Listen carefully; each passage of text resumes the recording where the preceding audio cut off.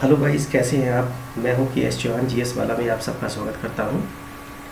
और ये बच्चों 10 year previous year question paper का मैराथन प्रैक्टिस सेट दूसरा शुरू हो गया है। ये आज से सेकंड सेट शुरू हुआ है और जो आपके हर किसी एग्ज़ाम के लिए बहुत महत्वपूर्ण है। और एक बात कि आप इस वीडियो को अंत तक ज़रूर देखें, क्योंकि अंत में आपको एक स्टैटिक पोर्शन को कवर करते हुए मिलेगा। तो ध्यान रखिए बच्चों, सबसे पहले क्वेश्चन की ओर चलते हैं। निम्न में से कौन सिंधु घाटी की सभ्यता पर प्रकाश डालता है। अगर हम सिंधु घाटी सभ्यता की बात करें, सिंधु घाटी सभ्यता की अगर हम बात करते हैं, तो एक व्यक्ति थे जिनका नाम था चार्ल्स मैसन। चार्ल्स मैसन, चार्ल्स मैसन। समय है 1856। ये हड़प्पा नाम के स्थान पर पहुंचे। इसके बाद जॉन मार्शल आए। जॉन मार्शल, समय है 1921 और 22। इनके नेतृत्व में यहाँ खुदाई हुई, जिसके कारण यहाँ कुछ मूर्तियाँ मिली, कुछ मोहरें मिली, कुछ घर मिले। तो जिसके कारण ये जो घर हैं उन्हें हम कहते हैं पुरातात्विक साक्ष्य। पुरातत्व साक्ष्य, आर्कियोलॉजिकल एविडेंस। पुरातात्विक साक्ष्य के नाम से इनको जानते हैं। आर्कियोलॉजिकल एविडेंस इनको कहा जाता है। लेकिन एक शख्स और भी थे जिनका नाम था अलेक्जेंडर कनिंघम। अलेक्जेंडर कनिंघम, ध्यान रखेंगे ये एक ऐसे शख्स थे जिनका संबंध सिंधु घाटी सभ्यता से नहीं है। मतलब ये पछताए कि वह काश मेरा भी नाम सिंधु घाटी सभ्यता से जुड़ा होता। मतलब इन्होंने सिंधु घाटी सभ्यता, जो दुनिया की बहुत बड़ी सभ्यताओं से एक थी, उससे ये वंचित रह गए। इसलिए बच्चों सही आंसर आपका रहा ए, पुरातात्विक साक्ष्य, जिसके बारे में हमें सिंधु घाटी सभ्यता के बारे में प्रकाश डालता है। क्वेश्चन नंबर 2 है, प्राचीन काल में आर्यों के जीविका उपार्जन के मुख्य साधन क्या थे। अब आर्य की बात आती है। आर्य मैक्स मूलर नाम के एक व्यक्ति थे, विद्वान थे मैक्स मूलर, जिन्होंने कहा आर्य मतलब श्रेष्ठ जो संस्कृत बोलते थे, जो संस्कृत बोलते थे। इन्होंने कहा कि मध्य एशिया से ये भारत में आए, मध्य एशिया से, और इनको एक जाति के नाम से उन्होंने जाना। कहा कि ये तो एक जाति है, जाति से संबोधित किया। ये पहले ऐसे यूरोपियन थे। आर्य सप्त सैंधव में आए। सप्त सैंधव पंजाब वाले क्षेत्र में, क्योंकि यहाँ नदियाँ थी, और यहाँ आकर बसे। ये अपने साथ पशुपालन, इनका पहले मुख्य व्यवसाय पशुपालन। बाद में जब यहाँ इस क्षेत्र में बसे तो इन्होंने कृषि करना शुरू किया।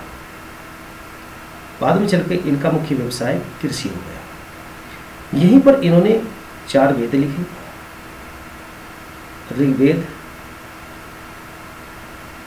सामवेद, यजुर्वेद, अथर्ववेद।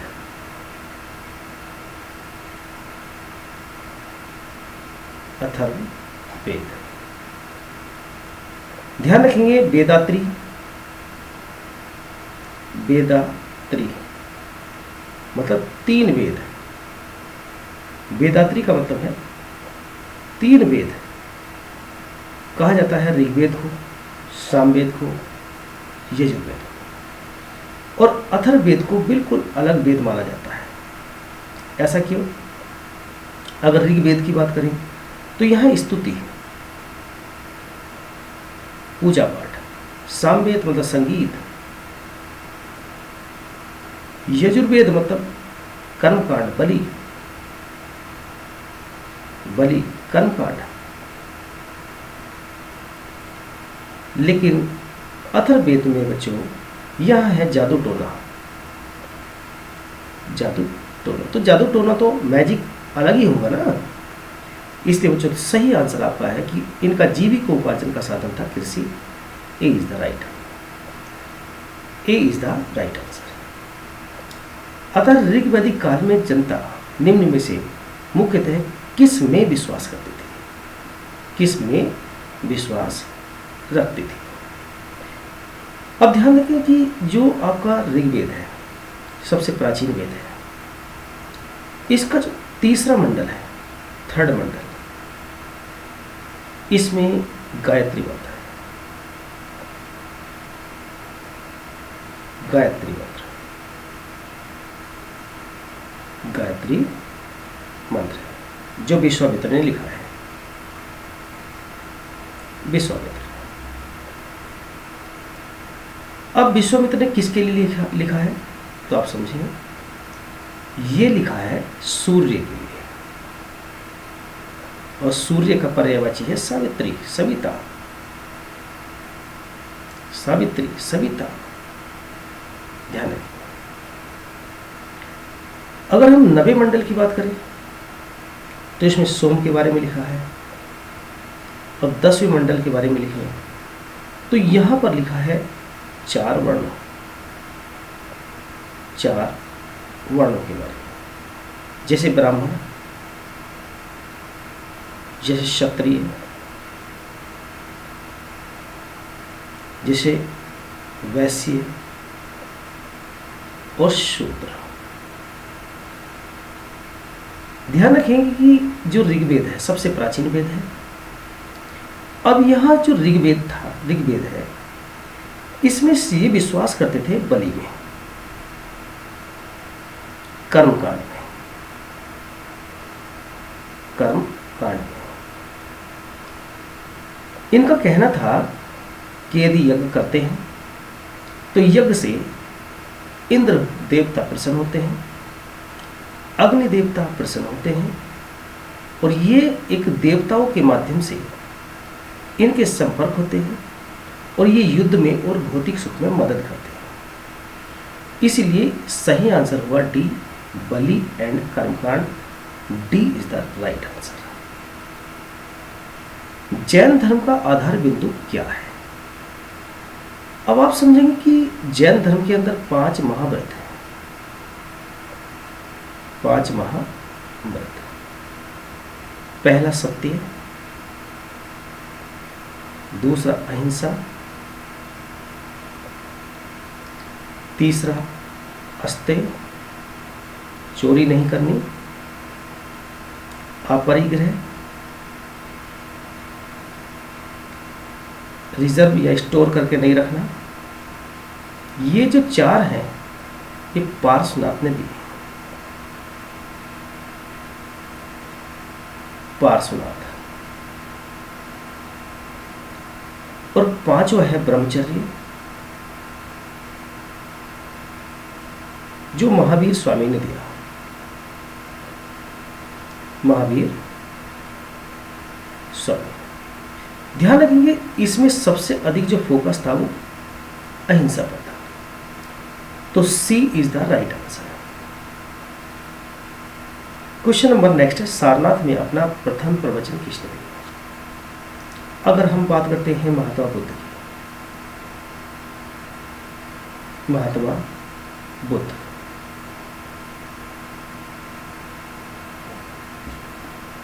जिनको तथागत कहा जाता है, तथागत,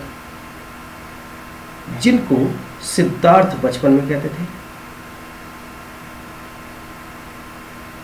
बचपन का नाम,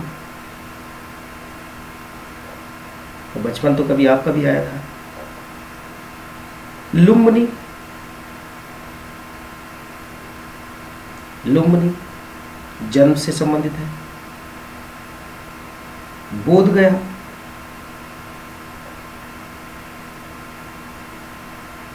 ज्ञान से संबंधित है। सारनाथ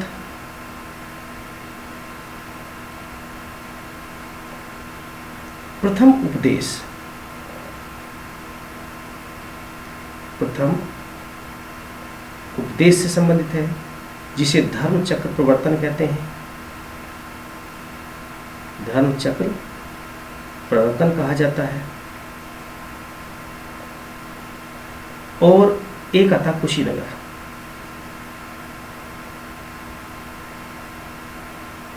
कुशीनगर या कुशीनारा, ये मृत्यु से संबंधित है।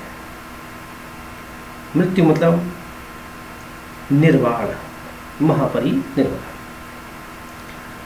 महात्मा बुद्ध की, बच्चों ध्यान रखेंगे, ये शाक्य वंश के थे, शाक्य वंश, और ये पाली भाषा में अपना उपदेश देते थे, पाली भाषा में। इनके गुरु के नाम जरूर याद रखेंगे। इनके प्रथम गुरु का नाम था आलार कलाम, आलार कलाम। तो सही आंसर हुआ सी, महात्मा बुद्ध। अब पूछा है सारनाथ कहाँ है, तो आंसर है, ध्यान रखेंगे, जो यूपी के अंदर है, यूपी में बनारस। क्वेश्चन नंबर नेक्स्ट, तीर्थंकर या तीर्थकर शब्द से किससे संबंधित है? तो आंसर समझेंगे जैन। जैनों में जो तीर्थंकर है वो कहा जाता है कि सबसे बड़े आचार्य है। तो ये सबसे बड़े आचार्य के नाम से संबंधित है, सबसे बड़ा आचार्य।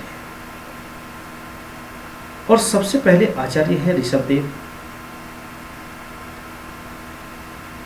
ऋषभदेव, जिनको आदिनाथ भी कहते हैं। 23वें पार्श्वनाथ, पार्श्वनाथ, और 24वें तीर्थंकर, जिसे अंतिम तीर्थंकर कहते हैं, महावीर स्वामी। महावीर स्वामी, जिनका बचपन का नाम वर्धमान, वर्धमान, जो ज्ञात्रिक वंश से संबंध रखते थे। ज्ञात्रिक वंश, ध्यान रखेंगे, इंपॉर्टेंट है।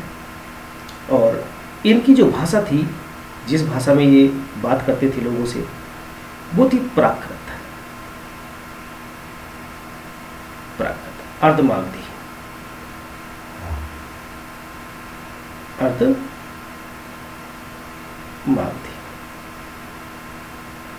तो आपका समझिए D is the right answer. तीर्थंकर जैन धर्म से संबंधित है।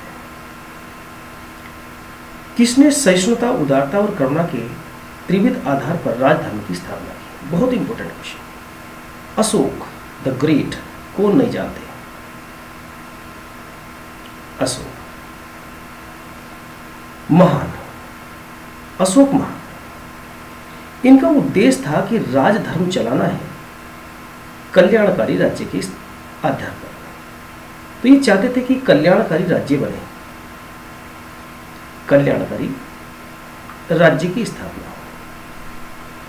इसी तरह से कल्याणकारी राज्य के लिए इन्होंने अपने, जो पहले अशोक ने 261 BC में एक कलिंग का युद्ध लड़ा, कलिंग युद्ध लड़ा, लेकिन उन्होंने देखा कि इसमें बहुत अधिक नुकसान हुआ है, इनका दिल पिघल गया और अशोक बौद्ध बन गए। अशोक बौद्ध बन गए, और बौद्ध धर्म के प्रचार के कारण ही जो इन्होंने थर्ड बौद्ध काउंसिल, बौद्ध सभा पाटलिपुत्र में कराई, पाटलिपुत्र में कराई, और बौद्ध धर्म का प्रचार प्रसार किया। जैसे संघमित्रा अपनी बेटी और महेंद्र अपने पुत्र को श्रीलंका भेजा कि जाओ और बौद्ध धर्म का प्रचार करो। इन्होंने अपना पैसा, सारा राजपाट बौद्ध धर्म के प्रचार प्रसार में लगाया। इसी बात के कारण अशोक को महान कहा जाता है। अब समझिए बच्चों, यही है अशोक जिन्होंने भारत के अंदर एक नेशनल सिंबल दिया जिसका नाम है अशोक स्तंभ, जो सारनाथ में है। सारनाथ में इन्होंने एक अशोक स्तंभ की स्थापना की है। ध्यान रखेंगे ये धमेक स्तूप है यहाँ पर, जहाँ से इसकी शुरुआत होती है। तो आपका सही आंसर है ए इज द राइट आंसर। मौर्यों के बाद दक्षिण भारत में सबसे प्रभावशाली राज्य कौन सा था? तो ध्यान रखें, सातवाहन के बारे में बात करते हैं सबसे पहले।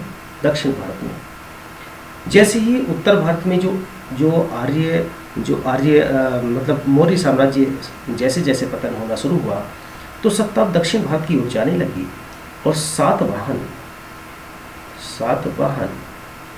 सबसे बड़े प्लेटफॉर्म पर आ गए। इनके बाद वाकाटक,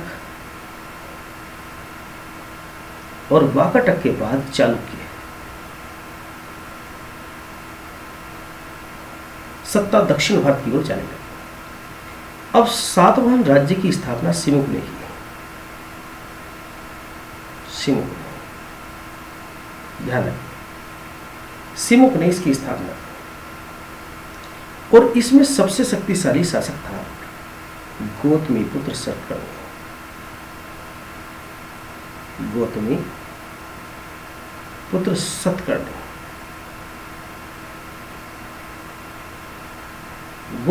सतकर्णी, ये अपने को श्रेष्ठ ब्राह्मण के नाम से जानता था, जिसे कहते हैं एक ब्राह्मण।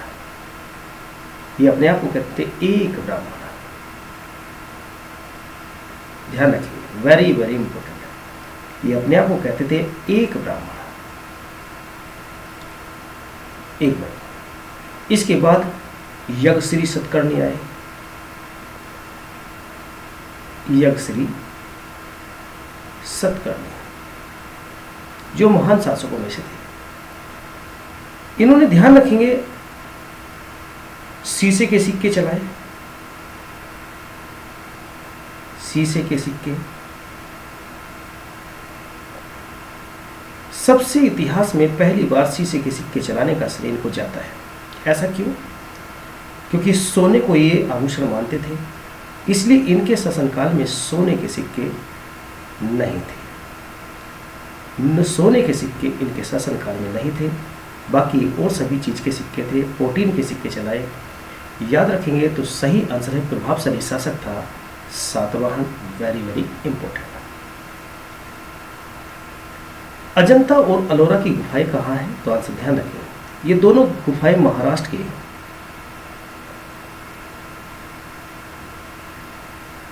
महाराष्ट्र के औरंगाबाद में स्थित है। महाराष्ट्र के औरंगाबाद। अगर हम अजंता की बात करें, अजंता जो बौद्ध धर्म से संबंधित है, वहीं अलोरा जो बौद्ध, हिंदू और जैन तीनों से संबंधित है। अजंता में 29 गुफाएं हैं, अलोरा में 34 गुफाएं हैं। अब बात आती है अलोरा की गुफाओं। इन गुफाओं की खोज किसने की? तो ध्यान रखेंगे, मद्रास रेजिडेंट ने 1819 में इसकी खोज की, लेकिन बाद में चलकर अलेक्जेंडर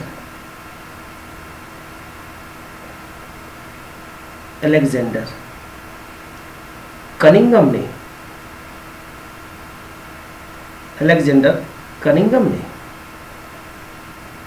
1824 में इसको प्रकाशित कर दिया, प्रकाश मिला दिया। तो सही आंसर हुआ बच्चों, अजंता और अलोरा महाराष्ट्र में है, जो आज यूनेस्को साइट में स्थित है। एक इंपॉर्टेंट बात यह आती है, अलोरा के अंदर एक मंदिर है जिसका नाम है कैलाश मंदिर। ध्यान रखिए, वेरी इंपॉर्टेंट है। कैलाश मंदिर कहाँ है? कैलाश मंदिर जो शिव का मंदिर है।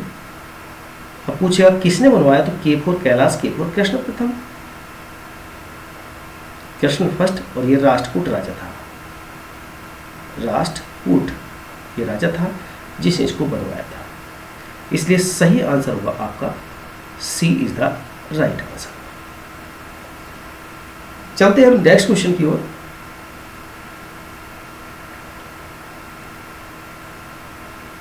अब आता है आपका स्टैटिक पोर्शन साहित्य अकादमी प्राइज के बारे में, अवार्ड के बारे में।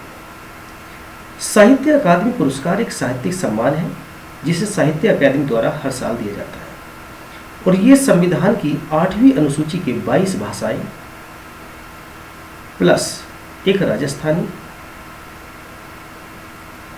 और एक अंग्रेजी, कुल मिलाकर ये 24 भाषाओं में ये हर साल दिया जाता है। इसकी शुरुआत 1958 में हुई और जिसमें 1 लाख की राशि दी जाती है। ये आपको इम्पोर्टेंट याद रखना। तो साहित्य पुरस्कार के बारे में आज हमने शुरू किया है, कल हम ज्ञानपीठ के बारे में बात करेंगे। इसी के साथ बच्चों आप इस वीडियो को अधिक से अधिक शेयर करें, लाइक करें और अपने इस चैनल को सब्सक्राइब करें। जय हिंद, जय भारत।